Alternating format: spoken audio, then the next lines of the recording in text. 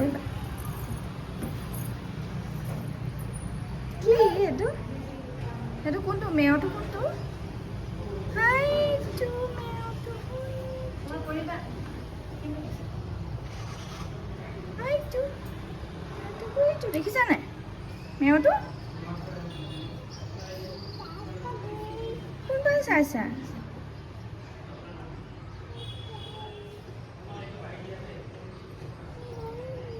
মেয়ৰটো কোনটো মেয়ৰটো কোনটো এইবোৰ হেল্ল' এভৰিৱান মই মলয়াই মোৰ পুনৰ এটি নতুন ভিডিঅ'লৈ আপোনালোক সকলোকে স্বাগতম জনাইছোঁ আমি এই জাষ্ট শ্বিলং আহি পাইছোঁহি শ্বিলং আহি পাই আমি পুলিচ বাজাৰৰ ওচৰতে এখন হোটেল বুক কৰি লৈছোঁ ৰুম 2টা লৈছোঁ আমি ফ্ৰেছ হৈ মেলি কিবা অকণমান খাই মেলি ভাবিছোঁ পুলিচ বাজাৰৰ ফালে এপাক ওলাই যাওঁ ৰ'ব আপোনালোককো ৰুমটো অকণমান দেখুৱাই দিছোঁ আজি যিহেতু আমাৰ ফুৰা নহ'ব কাইলৈ ৰাতিপুৱাৰ পৰাহে যাম বুলি ভাবিছোঁ পুলিচ বাজাৰখনৰ বিষয়ে ইউটিউবত ভিডিঅ'বোৰত চাই থাকোঁ আজি সাক্ষাৎ দেখিম আৰু ময়ো দেখুৱাই যাম আপোনালোকক অকণমান ভিডিঅ'বোৰ চাই থাকিব মোৰ লগত শেষলৈকে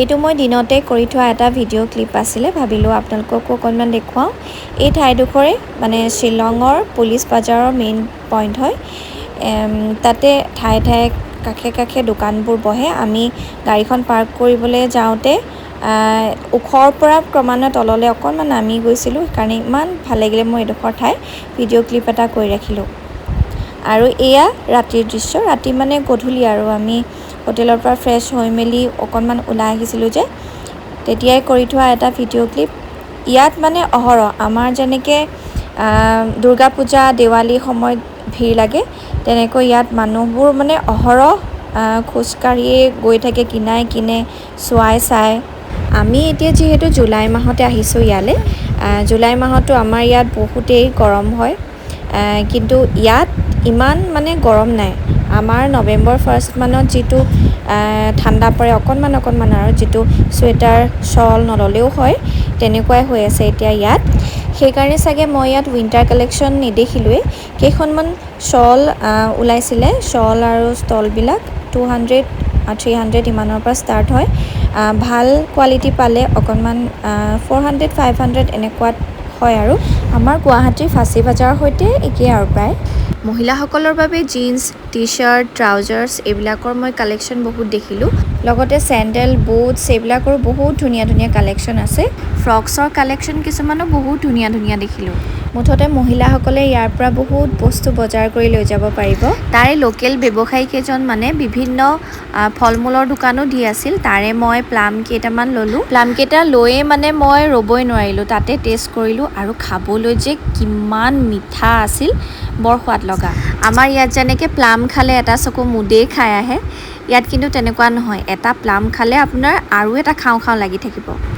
আৰু ইয়াত বিভিন্ন ধৰণৰ বেগৰ কালেকশ্যন কিছুমানো দেখিবলৈ পালোঁ ট্ৰলিৰ পৰা আৰম্ভ কৰি হেণ্ড পাৰ্চলৈকে বহুত ধুনীয়া ধুনীয়া বেগছ আছে তাৰে আমি কেইটামান চাইছোঁ ইয়াৰে দুটামান কিনি লৈ আহিলোঁ আৰু এয়া বিভিন্ন ধৰণৰ জলকীয়া জালুক নৰা বগৰী ইত্যাদিবোৰ আছে বজাৰখন মানে দেখিয়ে মনটো ভাল লাগি যায় আৰু এয়া হোটেলৰ দৃশ্য আমি পুনৰ বজাৰৰ পৰা আহি হোটেললৈ আহিলোঁ ইয়াতে ডিনাৰটো কৰিলোঁ ডিনাৰত আমি দালি ভাত আৰু লোকেল বাহু মাছ লৈছিলোঁ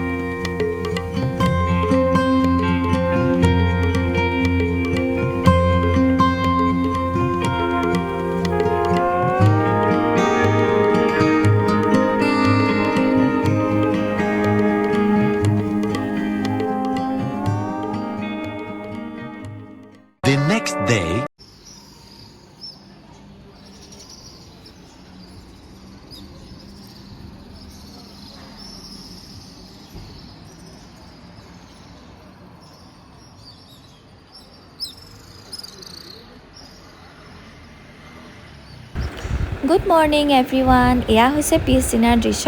মই পিহুলে বুলি পিঠাগুড়ি জলপান অকণমান বনাই আছিলোঁ। আগদিনা ৰাতিয়ে আমি ভাবি থৈছিলোঁ যে ৰাতিপুৱা সোনকালে উঠিম আৰু সোনকালে উঠি সোনকালে গ'লেহে আমি বেছি বস্তু ইটো সিটো চাব পাৰিম, কিন্তু সেয়া আচলতে হৈ নুঠিলেগৈ। আচলতে সৰু ল'ৰা ছোৱালীবোৰ লগত নিলে সিহঁতৰ কামবোৰ কৰোঁতে মেলোঁতে খুৱাওঁতে বওঁতে বহুত লেটেই হৈ যায়। সেইকাৰণে আমি হোটেলৰ পৰা 10টামান বজাৰ ভিতৰতহে ওলাব পাৰিলোঁ।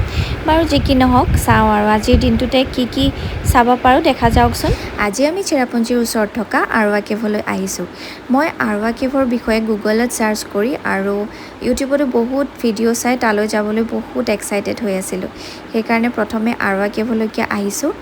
আমি শ্বিলঙৰ মেইন টাউনৰ পৰা আৰৱা কেভলৈ আহোঁতে 3 পৰা 3.5 ঘণ্টামান লাগিলে, যিহেতু আমি কোনো কেব লোৱা নাছিলোঁ। আমি নিজৰ গাড়ীৰে ইয়ালৈ আহিছোঁ। ইয়াৰ গোটেই ৰাস্তাটো জাৰ্ণি কৰিলে যে একদমেই আমনি নালাগে। চাৰিওফালে কেৱল প্ৰাকৃতিক আশ্চৰ্যৰে ভৰা, সেউজীয়া মাথো সেউজীয়া। ৰাস্তাইদি গৈ থাকোঁতে ইমান ধুনীয়া প্ৰাকৃতিক দৃশ্যৰ মনোমোহা এডোখৰ ঠাই দেখা পালোঁ, নৰৈ নোৱাৰিলোঁ আৰু। এই ঠাইডোখৰ নাম হৈছে মাউকডক ডিম্পেপ ভেলী পইণ্ট। আচলতে ইয়াৰ নামবোৰ একদম মনতেই নাথাকে। যদি কিবা বেলেগ নাম আছে ক'বচোন দেই, মই গুগলত ছাৰ্চ কৰিহে পাইছোঁ। সেউজীয়া উপভোগ কৰিবলৈ অলপ দেৰি ৰ'লোঁ ইয়াতে আৰু লগতে ভিডিঅ' ক্লিপ কেইটামান আৰু ফটো কেইখনমানো উঠালোঁ। সঁচাই প্ৰকৃতিও যে ইমান মায়াখনা, নহয়নে?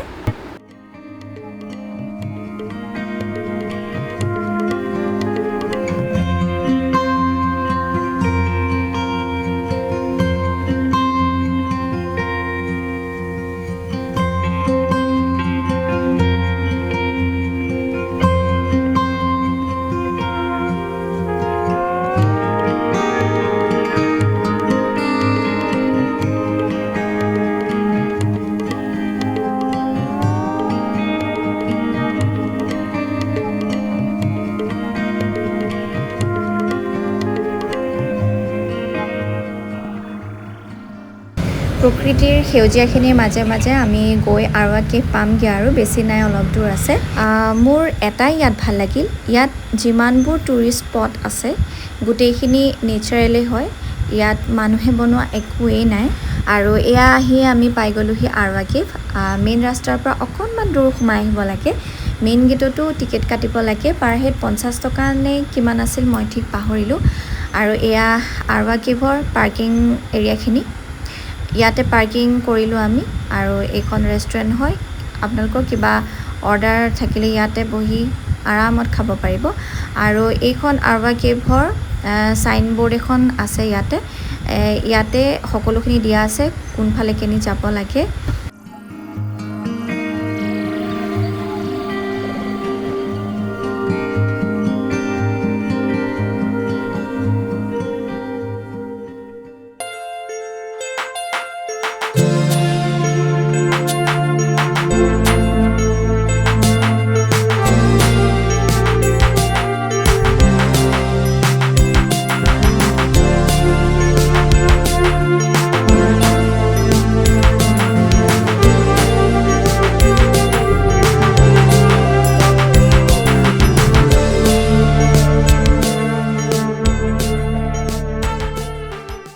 আৰু এয়া আমি আহি আৰৱা কেভৰ ওচৰ পাইছোঁহি। আৰু আৰৱা কেভটো পোৱাৰ আগতে এটা বৰ ধুনীয়া ৱাটাৰফলছ আছে।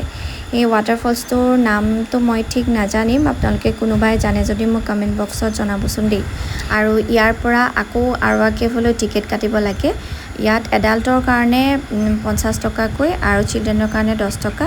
আৰু ফিল্ম শ্বুটিঙৰ কাৰণে 10,000 আৰু ডকুমেণ্টাৰী ফিল্মৰ কাৰণে 5,000। আমি একো ইয়াত পে'মেণ্ট কৰা নাই, কাৰণ ব্লগিঙৰ কাৰণে একো পে'মেণ্টৰ কথা ইয়াত মেনশ্যন কৰা নাই। আৰু এইফালেদি ক্ৰমে আমি গৈ আছোঁ সেই ধুনীয়া ৱাটাৰফলছটোলৈ। গতিকে চাই থাকক মোৰ লগত। ইমান ধুনীয়া ঠাই, ইয়ালৈ আহিলে ঘৰলৈ ঘূৰি যাবলৈ বাৰু কাৰ কাৰ মন যাব কওকচোন।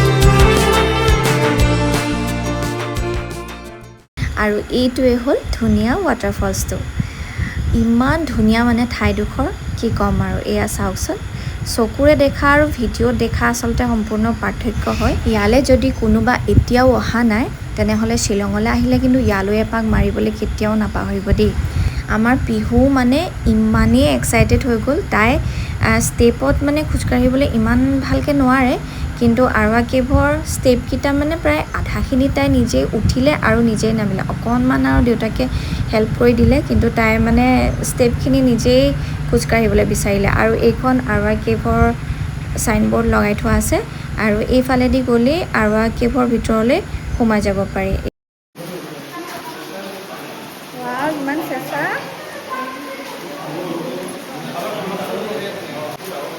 লাইট দি থৈছে আৰু ইয়াৰ কেভটোৰ ভিতৰেদি পানী বৈ গৈছে আৰু পানীখিনি মানে বহুত চেঁচা সঁচাকৈ দেই বৰ কিন্তু ভাল লগা অভিজ্ঞতা এটা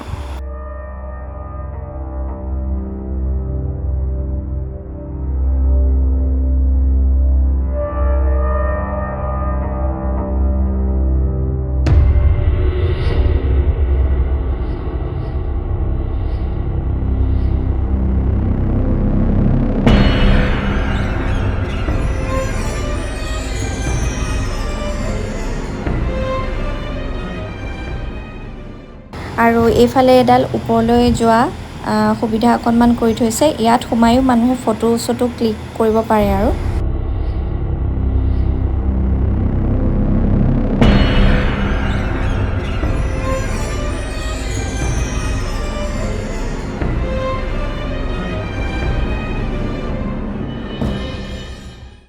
আৰু এয়া মই কেভটোৰ ভিতৰখন অকণমান আপোনালোকক দেখুৱাবলৈ চেষ্টা কৰিছোঁ ইয়াত মানে অলপ দিগদাৰ কেভটোৰ ভিতৰত পানী পৰি থাকে আৰু মোৰ মোবাইলৰ কেমেৰাটোৰ লেন্সখনত পানী পৰি গ'ল পানী পৰি জিলমিল হৈ গ'ল গতিকে মুচি কাচি লৈহে ভিডিঅ'বোৰ আকৌ কৰিব লগা হৈছে আৰু ইয়াত দেখিছেনে পানীবোৰ বহুত চাফা হয় আৰু এই কেভটোৰ ভিতৰত মানে সোমাই গৈ থাকিলে একদম চেঁচা ফিল এটা হৈ থাকে সামাৰ ভেকেশ্যনৰ কাৰণে কিন্তু এনেকুৱা এডোখৰ জেগা বঢ়িয়া জেগা আৰৱা কেভ মেঘালয়ৰ ফেমাছ কেভবিলাকৰ ভিতৰত এটা অন্যতম কেভ আৰু এই কেভটো গোটেই ইণ্ডিয়াৰ ভিতৰতে এটা ফেমাছ ফচিল কেভ হিচাপে জনা যায় মই কিন্তু তেনেকুৱা কোনো ফচিলছৰ চিন নেদেখিলোঁ হয়তো মন নকৰিলোঁ চাগে কেভটোৰ ভিতৰখন যথেষ্ট আন্ধাৰ হয় আৰু আন্ধাৰ হোৱাৰ কাৰণে তাত লাইটৰ ব্যৱস্থাও কৰা আছে লাইট থাকিলেও তাত কিছুমান জেগাত কিন্তু আন্ধাৰেই হৈ আছিল সেইকাৰণে তালৈ যদি আপোনালোক যায় লগত এটা টৰ্চ কেৰি কৰি লৈ যাবলৈ কিন্তু কেতিয়াও নাপাহৰিব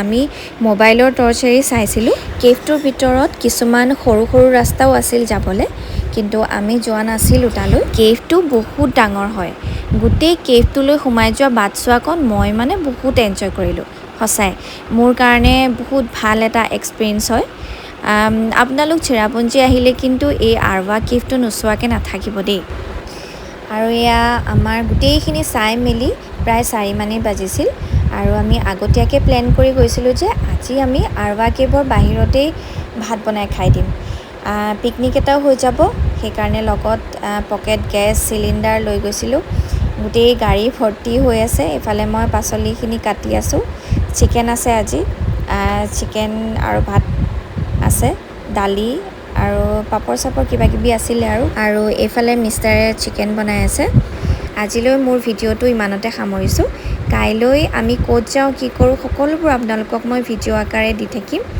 আৰু শেষত মই কেইকপিমান ফটো ইয়াতে লগাই দিছোঁ মোৰ ভিডিঅ'বোৰ আপোনালোকে ক'ৰ পৰা চাই মোক প্লিজ কমেণ্ট বক্সত কমেণ্ট কৰি জনাবলৈ নাপাহৰিব আৰু কেনেকুৱা পায় সেইটো জনাব আৰু যিসকল মোৰ চেনেললৈ নতুনকৈ আহিছে সেইসকলে মোৰ ভিডিঅ'টোত এটা লাইক আৰু চেনেলটো ছাবস্ক্ৰাইব কৰি থৈ যাবলৈ নাপাহৰিব তেন্তে পুনৰ এটি নতুন ভিডিঅ'লৈ আহি আছোঁ আজিলৈ বাই